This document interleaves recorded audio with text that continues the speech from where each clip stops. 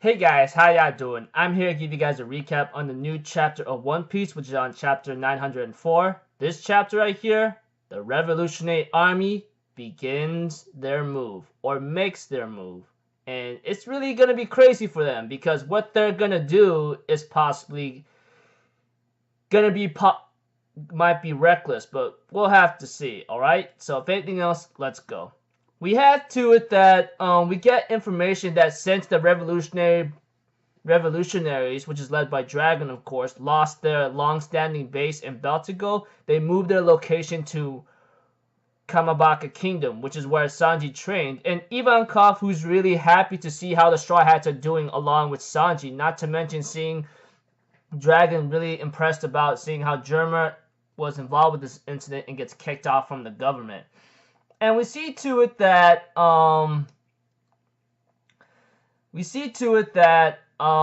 Sabo has been dazing off in the sky, and he's very, very happy to see him doing something like that. And we also see to it that Sabo gets information that some of the executives of the Revolutionary Army is actually in trouble for the time being. And we see to it that Dragon and Sabo are talking about, like, you do understand what we're gonna do after this operation is finalized, right? This year's Reverie is really gonna come with us. And of course, Sabo says, yes, this is also gonna be our declaration of war against the Celestial Dragons, which really shocked me because Sabo and Dragon, along with the entirety of the Revolutionary Army, their goal is to actually go cause the chaos in the Reverie meeting. So I'm thinking in my mind what they're gonna do is possibly reckless and pretty insane. And I will explain a little bit of why after I finish this recap. We had to it that during on the Grand Line, there's a kingdom that's called the Luluzia Kingdom, which apparently is invaded by pirates known to be the Pinkbeard Pirates, which apparently, let me see here, are on attacking a kingdom right now that's in poor shape for the time being. And we see too that they're trying to get something called the Celestial Gold, but apparently they don't listen and cause more pain and misery. But you know what? Something comes out from the freaking ground, and all of a sudden a giant comes out of nowhere. And later on, even the pirates are scared. The Pinkbeard Pirates, which I don't care much about because they're just fodder to me. And we see too that they're protecting the people who are poor and are in poor shape to even fight against pirates, and they're weak. And we see to it that some of these strange guys coming to help these people out, and they are actually the members of the Revolutionary Army. Let's start with two. One of them is called Morley, which is the giant fat man, and there's one that's called Belobetti, which is known to be the Revolutionary Army of the East Army. Morley is the Army of the West Army, and one is called Lindbergh, which seems to be a mink or something, possibly, or an animal-shaped person, which is commander of the South Army. And there's one that's called Karasu, which is the North Army commander, which I go like, whoa, these four are not someone to be messed with. Not to mention, I think the people are asking, what are you guys doing here? I mean, something is just that they are confused about. Not to mention, I think Karasu, one with the freaking weird bird mask or something, was really upset about what they're asking.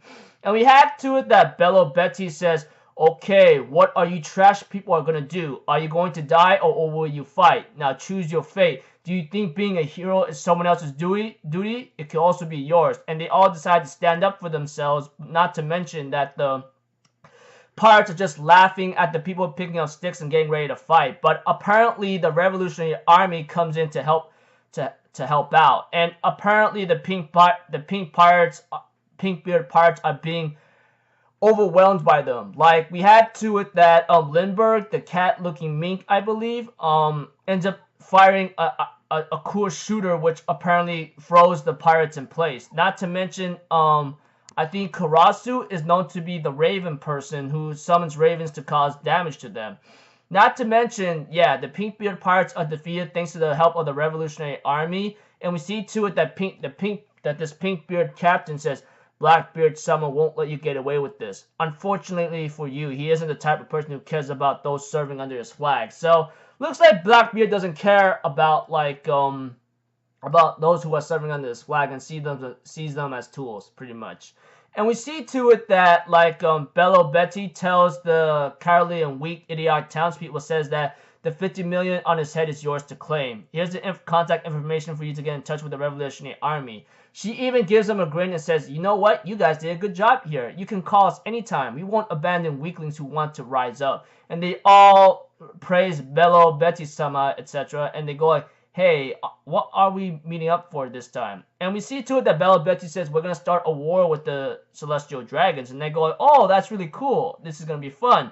Turn on the loudspeaker, Karasu. And Karasu's like, I forgot.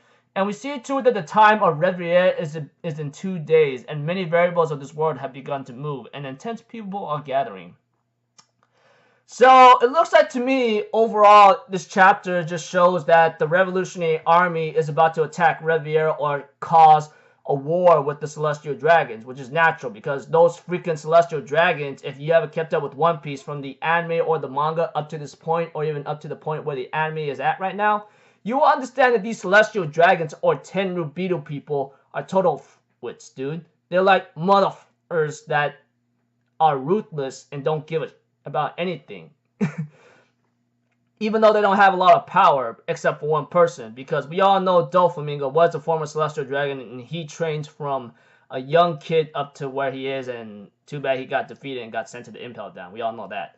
But as I said, this is a simple chapter, honestly. Just like the Revolutionary Dragon about to attack the Celestial Dragons in 2 days in the Riviera place, along with showing the commanders of the Revolutionary Army, which is like Morley, which is commander of the West Army, Bello Betty, which is a woman, commander of the East Army, and Limburg, commander of the South Army, which is a mink animal person, and there's one that's called Karasu, which is commander of the North Army, and they all get ready to like possibly attack Reverie, etc.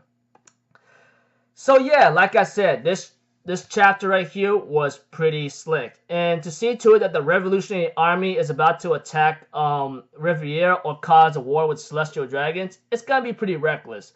Now let me explain, because there's one thing for sure I've been doing my research on, and I don't know if it's really true or not, though it might be, hopefully it will show itself.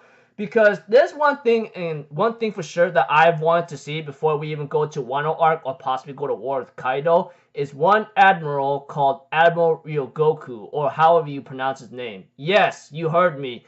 If you guys remember a long time ago, Doflamingo mentions that Fujitora and Ryogoku were enlisted to become candidates of the admirals and they took the spot. And Ryogoku, which I hope he shows up in this arc or sometime if the Revolutionary Army is going to cause trouble, I expect him to show up because he is mentioned to be a true beast in terms of power, especially with Fujitora. That's how they got into the ranks of Admiral in the Marines. So that's one of the reasons why I think what the Revolutionary Army is going to do is possibly reckless, unless Dragon is at the level of Admiral and could hold him off, but we don't really know much about Admiral Ryogoku's power. And we all know that whoever has the rank of Admiral is not someone to be underestimated. Even one Admiral in the presence of those who are not even at his level is enough to make him shake in fear. And we all know how strong Admirals are. And I hope Admiral Ryogoku will show up in the Reverie arc. Because honestly, if you're going to have someone have a meeting, you best have the best security around. Because you don't even know what's going to happen. And the Revolutionary Army is already on the move right now to go and attack the Celestial Dragons or the meeting in Reverie, which is going to happen in 2 days. So I look forward to that. And you know, if this arc is about the Revolutionary Army, I look forward to it. Not to mention, I hope, if possible, we can get more information about the D. Yes, the Will of D. You all know that Will of D is literally one of the greatest mysteries we all want to know. That's one of the things I want to see there. Along with Admiral Ryogoku, of course. Because he is actually my #1 thing I want to see in action. Honestly. So, looking forward to next chapter. So, until then, I'll see you guys in my next video. So, I'm Alpha Zero, people. Have a good day. And I'll see you guys next time, alright? Peace out. Bye bye.